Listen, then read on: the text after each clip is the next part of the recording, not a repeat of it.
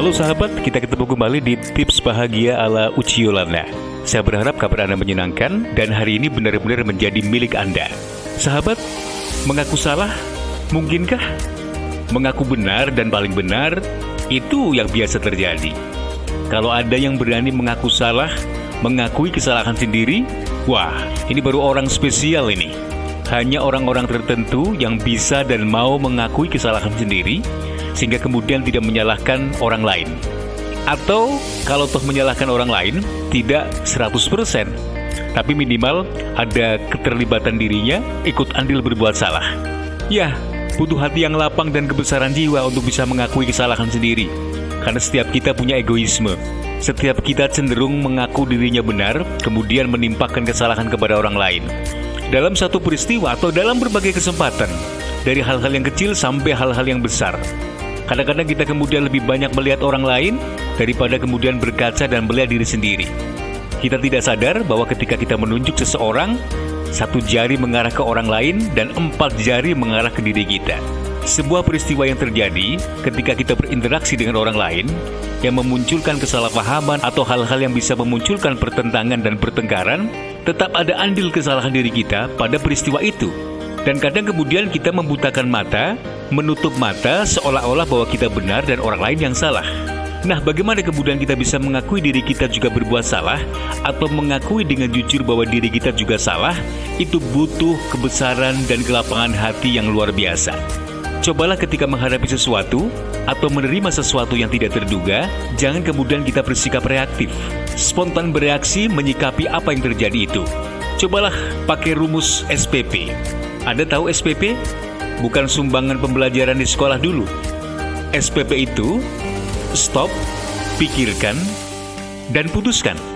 Ketika menghadapi masalah yang pelik, sepelik apapun itu, setragis apapun itu, jangan kemudian kita langsung bereaksi dan berbuat menyikapi masalah itu. Yang pertama kita lakukan adalah diam sejenak.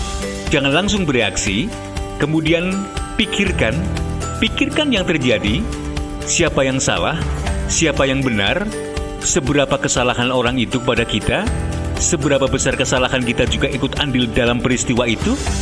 Pikirkan betul-betul, matang-matang, baru kemudian kita putuskan untuk melakukan sesuatu atas peristiwa itu. Kalau tahapan ini kita lakukan, insya Allah kemudian kita tidak salah jalan dalam mengambil sikap atas peristiwa yang terjadi. Kita diam dulu, pikirkan dulu, baru putuskan yang terbaik atas peristiwa yang terjadi. Sehingga ketika kita mengambil keputusan, maka keputusan itu benar-benar keputusan yang sudah kita pertimbangkan. Bukan keputusan yang reaktif atau emosional, tapi benar-benar sudah kita pikirkan masak-masak bagaimana konsekuensi atas keputusan yang sudah kita ambil itu. Jangan gampang menuduh orang berbuat salah pada kita, sementara kita jarang menuduh diri sendiri atas kesalahan yang kita lakukan pada orang lain. Dan sahabat, ketika kita berbesar hati dan besar jiwa untuk mengakui kesalahan diri sendiri, makanya akan muncul yang datang pada diri kita adalah ketenangan. Tidak ada rasa benci pada orang yang mungkin pernah menyakiti kita. Karena kita sadar, mungkin kenapa kita disakiti barangkali juga berawal dari kesalahan kita. Tidak mungkin seseorang berbuat atas diri kita kalau tanpa sebab. Pasti ada sebabnya, ada kausanya. Kalau memang sebabnya berawal dari diri kita, itu artinya kita juga punya andil atas sesuatu yang menimpa diri kita itu. Maka, mengakui kesalahan dan kekeliruan diri sendiri tentu menjadi salah satu jalan keluar terbaik agar terselesainya sebuah masalah. Kalau kemudian kita merasa kekeh, berpegang erat-erat bahwa kita benar dan yang orang lain salah, maka yang akan muncul adalah dendam dan permasalahan yang terus-menerus dan berkelanjutan tanpa penyelesaian. Karena tidak ada yang mengalah. Bukankah lebih baik kalau kebaikan itu diawali dari diri kita? Ibda' binafsik, segalanya diawali dari diri kita. Kita akui dulu kesalahan kita, baru kemudian kita mengurai permasalahannya. Karena kita mengakui dan merasa salah, yang muncul adalah keinginan untuk meminta maaf kepada orang lain. Dan ketika muncul niat baik ini, maka masalah yang terjadi itu akan mudah terselesaikan. Dan hebatnya lagi, penyelesaiannya diawali dari diri kita. Karena kita mengakui dan merasa bersalah, kemudian kita meminta maaf pada orang lain, sehingga masalah yang muncul itu bisa terselesaikan. Jangan pernah merasa malu untuk mengakui kesalahan, karena ini bukan sebuah aib. Malah ini menjadi bukti kebesaran jiwa dan hati kita. Jarang sekali orang bisa mengakui kesalahan sendiri.